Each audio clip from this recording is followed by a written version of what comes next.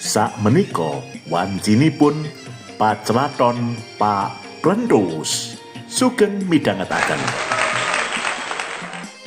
Bune, tak critani ya. Biyen jaman aku nom wis jajah antar negara lho Bune. Halah, mosok to Pakne? Ning diae jajali?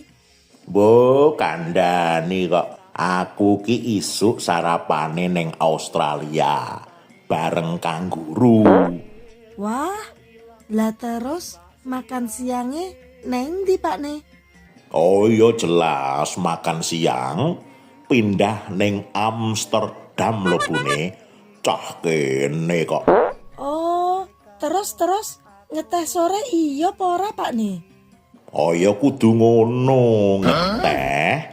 Iku pindah ning Jepang ning ngisore uwit sakura. Wah, jan sahdu tenan Bune.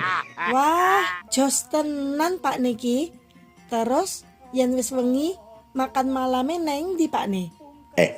Anu Bune, makan malame kuwi balik meneh aku gresek turahan panganan ning pasar Sleko Madiun. Turut mejane food court kae lho Bune.